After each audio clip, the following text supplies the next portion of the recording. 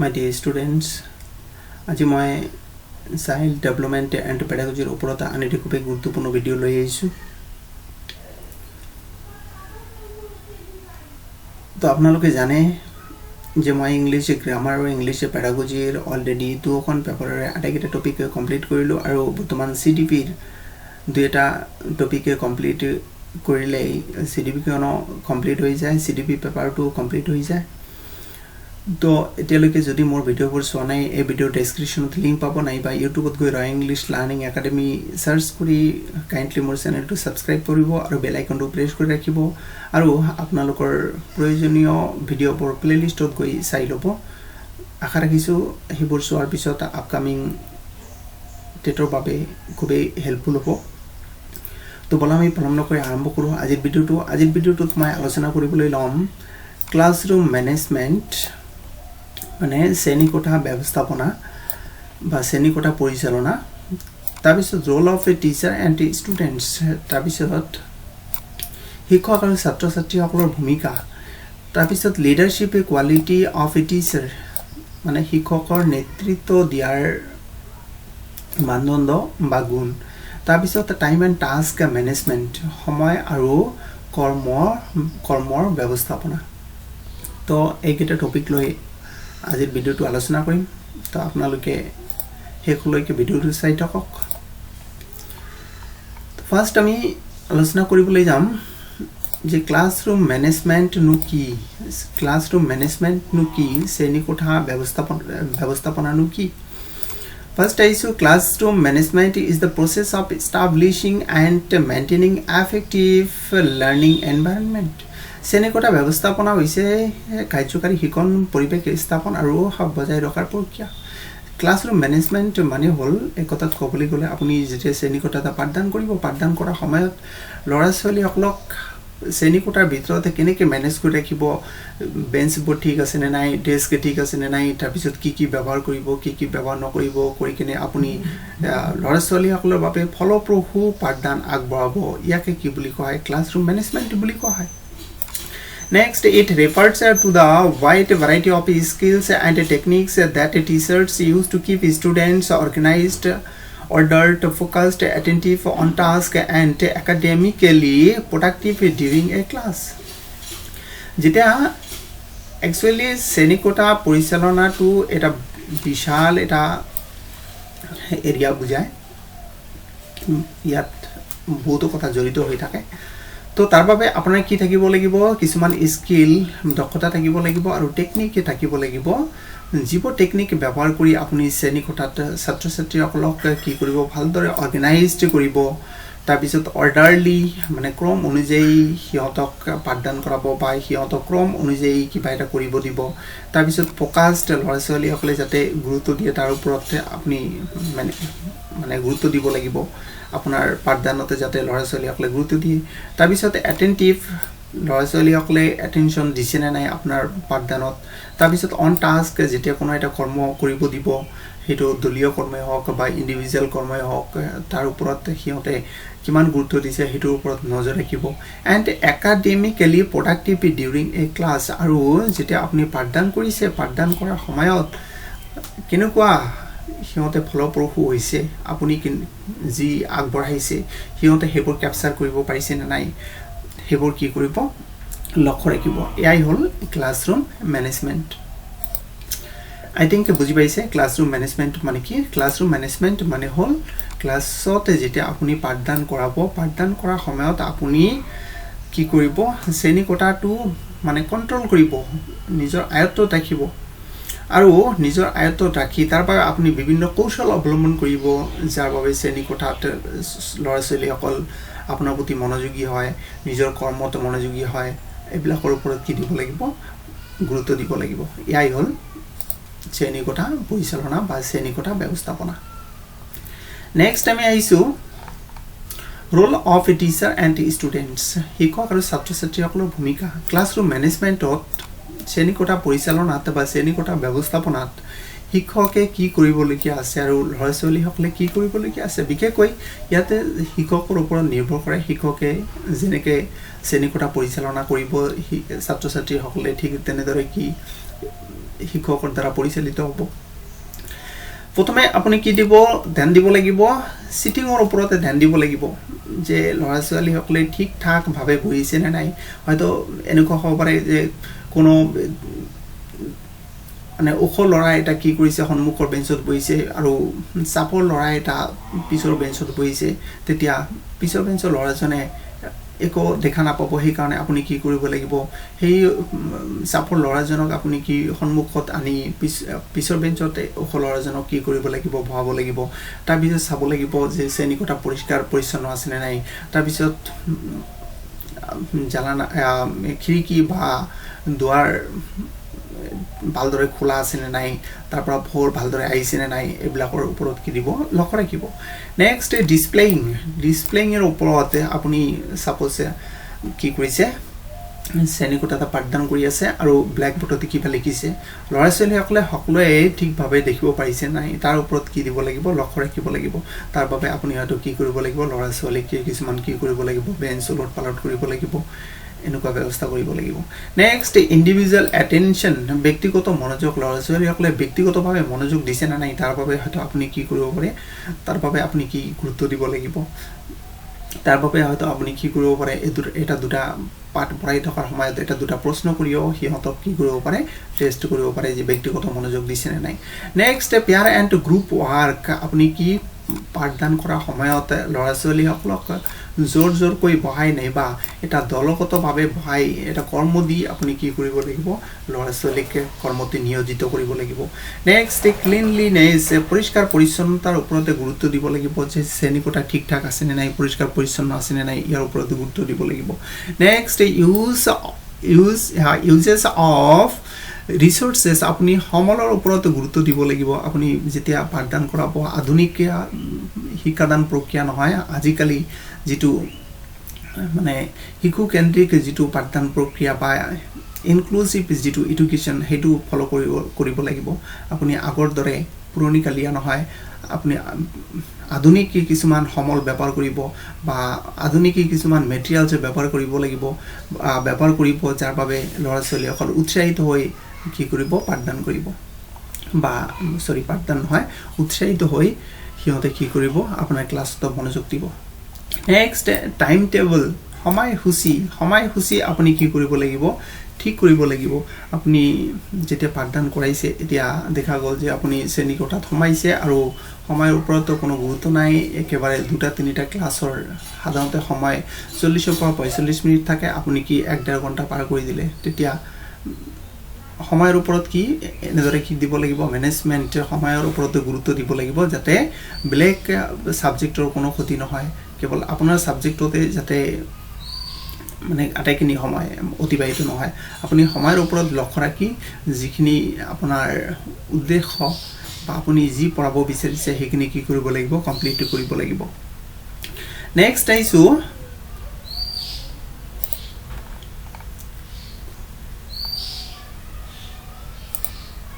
Next ক্লাসৰুম নৰ্মস শ্ৰেণীকোঠাৰ নিয়ম শ্ৰেণীকোঠাৰ যিবোৰ কি আছে নিয়ম আছে সেই নিয়মবোৰ আপুনিও পালন কৰিব লাগিব আৰু ল'ৰা ছোৱালীসকলক কি কৰিব লাগিব ঠিকঠাক ভাৱে পালন কৰিছে না নাই তাৰ ওপৰত কি দিব লাগিব গুৰুত্ব দিব লাগিব নেক্সট টিচাৰ্স মুভমেন্ট যেতিয়া শিক্ষকজনে বা আপুনি শ্ৰেণীকোঠাত পাঠদান কৰিছে পাঠদান কৰাৰ সময়ত আপুনি একে ঠাইতে থিয় হৈ আছে নে লৰজৰ কৰিছে এটো কিন্তু খুব গুৰুত্বপূৰ্ণ আপুনি পাঠদান কৰা সময়ত গোটেই শ্ৰেণীকোঠাখন কি কৰিব লাগিব ঘূৰি ফুৰিব লাগিব ঘূৰি ফুৰি গোটেই ল'ৰা ছোৱালীখিনি কি কৰিব লাগিব অবজাৰ্ভ কৰিব লাগিব next uses of A black board আপুনি যেতিয়া পাঠদান কৰিব পাঠদান কৰা সময়ত ব্ল্যাক বোৰ্ডৰ ব্যৱহাৰ কৰাটো অনিবাৰ্য ব্যৱহাৰ কৰিবই নেক্সট ইভালুৱেচন তাৰ পিছত পাঠদান কৰা সময়ত বা পাঠদানৰ পিছত আপুনি কি কৰিব পাৰে মূল্যায়ন কৰিব পাৰে যে আপুনি যি পঢ়ালে হেতু ল'ৰা ছোৱালীয়ে আয়ত্ত কৰিব পাৰিলে নে নাই নেক্সট অবজাৰভেশন মানে পৰ্যবেক্ষণত ৰাখিব লাগিব যেতিয়া আপুনি পাঠদান কৰিব পাঠদান কৰাৰ সময়ত আপুনি একে ঠাইতে থিয় হৈ নাথাকি বিভিন্ন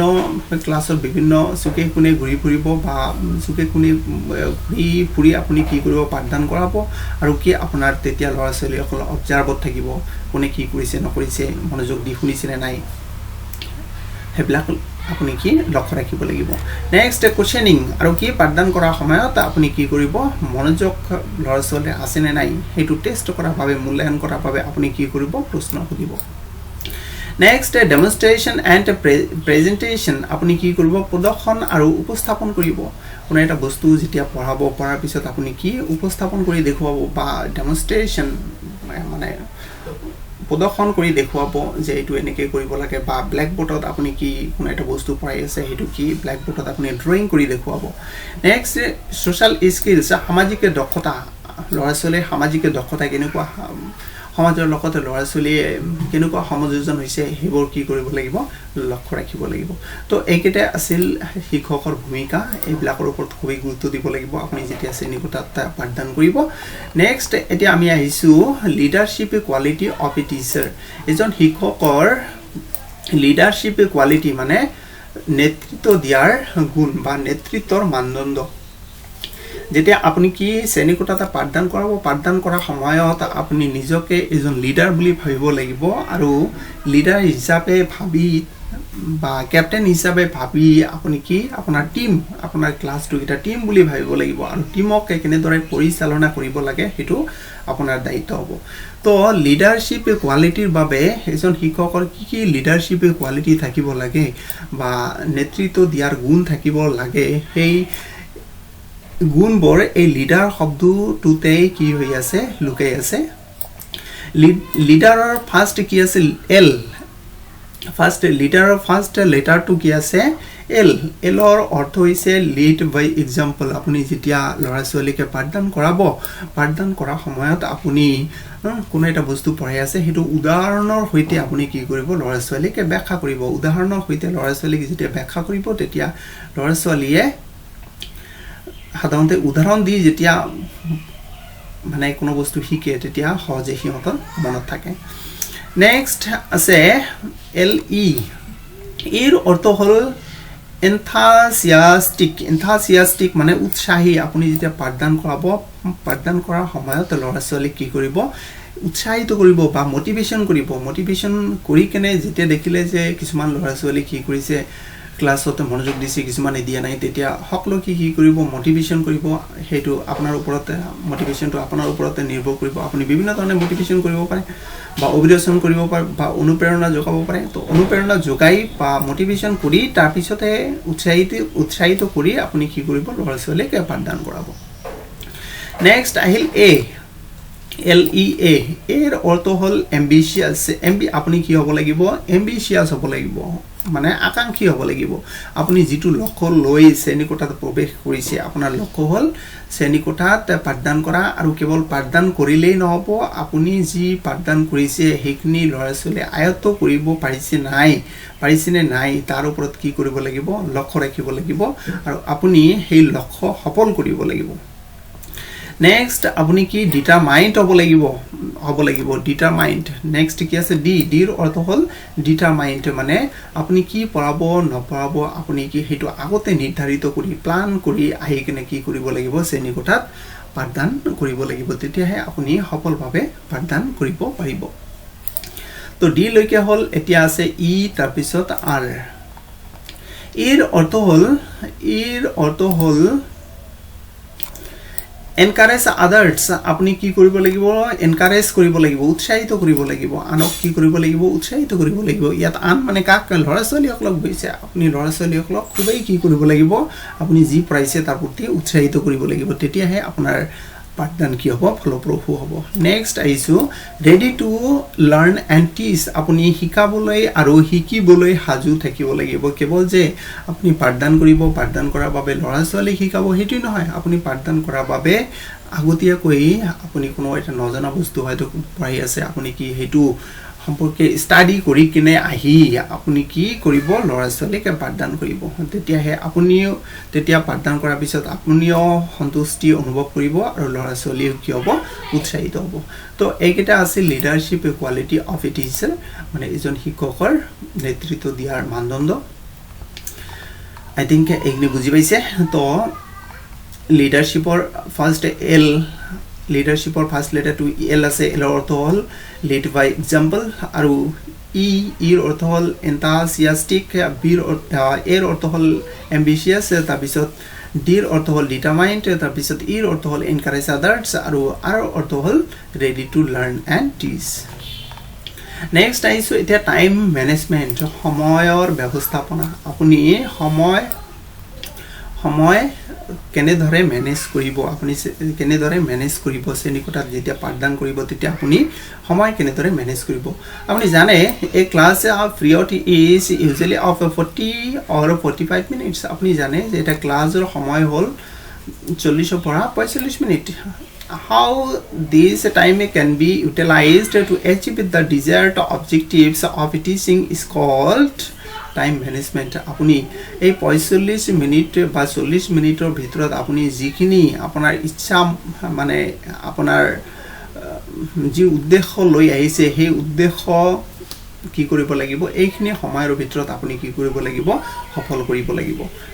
এইখিনিকে কি বুলি কোৱা হয়, সেই টাইম মেনেজমেণ্ট বুলি কোৱা হয়. তো টাইম মেনেজমেণ্ট মানে হ'ল যে আপুনি শ্ৰেণীকোঠাৰ যিখিনি সময়, এই সময়খিনিত ভিতৰতে আপুনি আপোনাৰ যি উদ্দেশ্য, আপুনি যি পৰিকল্পনা লৈ শ্ৰেণীকোঠাত প্ৰৱেশ কৰিছে সেই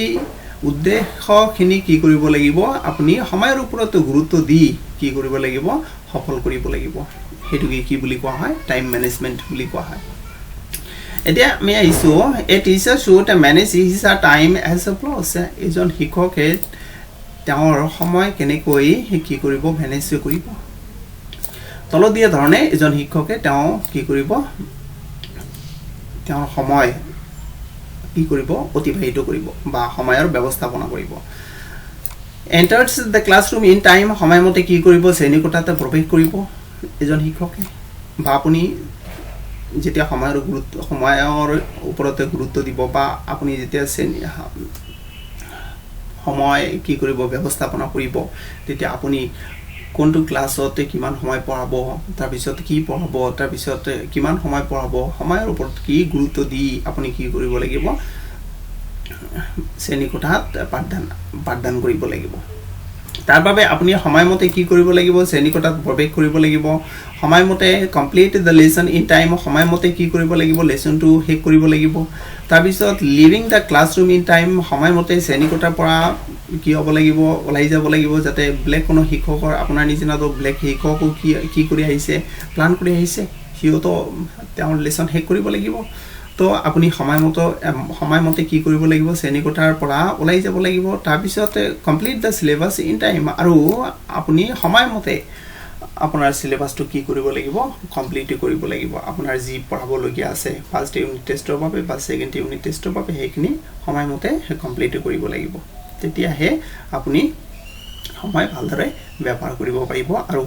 সময়ৰ ওপৰত গুৰুত্ব দিলেহে আপুনি কি সফল হ'ব পাৰিব. নেক্সট আহিছোঁ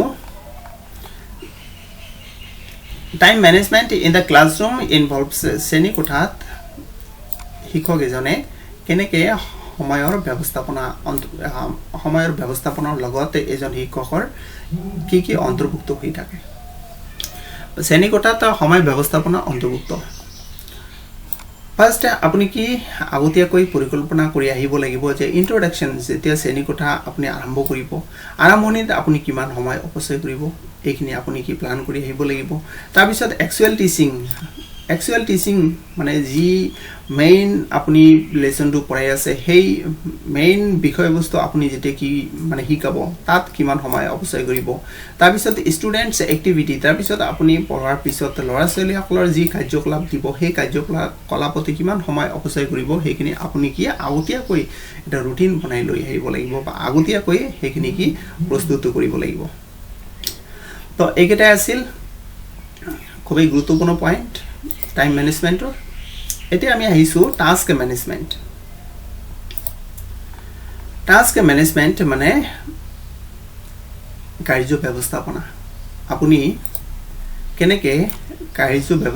ব্যৱস্থাপনা কৰিব বা আপুনি কেনেকৈ কাৰ্য পৰিচালনা কৰিব. তো কাৰ্য পৰিচালনা কৰাৰ বাবে আপোনাৰ কি তলত দিয়া এইকেইটা পইণ্ট মনত ৰাখিব লাগিব যে প্লানিং অফ দ্য টাস্ক, আপুনি কাৰ্য পৰিচালনা কৰাৰ আগতে আপুনি কি কৰিব লাগিব, সেই কাৰ্য সম্পৰ্কে আগতীয়াকৈ পৰিকল্পনা কৰি আহিব লাগিব. আপুনি যেতিয়া কাৰ্য ব্যৱস্থাপনা কৰিব তেতিয়া আপুনি কি এইকেইটা তিনিটা পয়েন্টৰ ওপৰত গুৰুত্ব দিব লাগিব কোন তিনিটা point first point hall planning of the task আপুনি যি শ্ৰেণী কোঠাত পাঠদান কৰাব নাইবা গোটেই বছৰত আপোনাৰ উদ্দেশ্য হল সিলেবাসটো কমপ্লিট কৰিব লাগিব তো ফাৰ্স্ট প্ৰথম মাহত কি কোন কেইটা পঢ়াব তাৰ পিছত দ্বিতীয় মাহত কোন কেইটা পঢ়াব তাৰ পিছত থাৰ্ড মান্থত কোন কেইটা পঢ়াব fourth month তাৰ পিছত first unit test second unit test third unit test fourth unit test half yearly annually এনেদৰে আপুনি কি কৰিব লাগিব আপোনাৰ লেসন বোৰ কি কৰি ল'ব লাগিব ভাগ কৰি ল'ব লাগিব তেতিয়াহে আপুনি সফল হ'ব পাৰিব next implementation of the task কাৰ্য ৰূপায়ন কৰা আপুনি যি কাৰ্য আপুনি কি কৰিব লাগিব কাৰ্য ৰূপায়ন কৰিব লাগিব তাৰ বাবে আপুনি কি ফাৰ্স্ট কি কৰিলে পৰিকল্পনা কৰিলে তাৰ পিছতে কি কৰিলে আপোনাৰ টাস্ক মানে আপুনি যি মানে লেসন বোৰ কি কৰিলে ভাগ কৰি ললে ভাগ কৰাৰ পিছত ভাগ কৰাটো বা লেসন বোৰ আপুনি কি ভাগ কৰি ললে ভাগ কৰাৰ পিছত আপুনি কি ডিভাইড কৰি ললে যে এইটো ফাৰ্স্ট ইউনিট টেষ্টত পঢ়াব এইটো সেকেন্ড ইউনিট টেষ্টত পঢ়াব এনেদৰে কি কৰিব লাগিব আপুনি ইমপ্লিমেন্টেশন কৰিব লাগিব মানে এনেদৰে কি কৰিব লাগিব ভাগ কৰি কিনে আপুনি সম্পূৰ্ণ কৰিব লাগিব মানে ব্যৱহাৰ কৰিব লাগিব next evaluation of the task তাৰ পিছত আপুনি সেই টাস্কৰ কি কৰিব লাগিব সেই কাৰ্যৰ মূল্যায়ন কৰিব লাগিব যে আপুনি যিটো পঢ়াৰ পিছত হেতু এদিনৰ শ্ৰেণী কোঠা পাঠদান হ'ব পাৰে বা এই সপ্তাহৰ হ'ব পাৰে বা এমাহৰ হ'ব পাৰে বা এটা ইউনিট টেষ্টৰ হ'ব পাৰে যে যিখিনি পঢ়ালে আপুনি সেইখিনিত আপুনি